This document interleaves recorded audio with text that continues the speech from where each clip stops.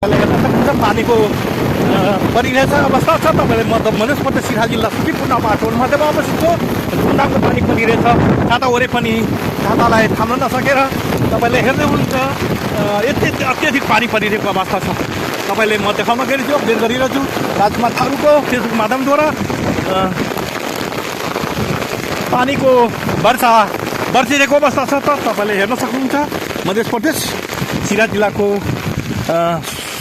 सुकीपुर नगरपालिकाको अपडेट म गर्न गइरहेछु।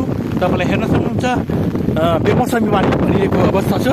आज 2083 साल महिना 3 गतेको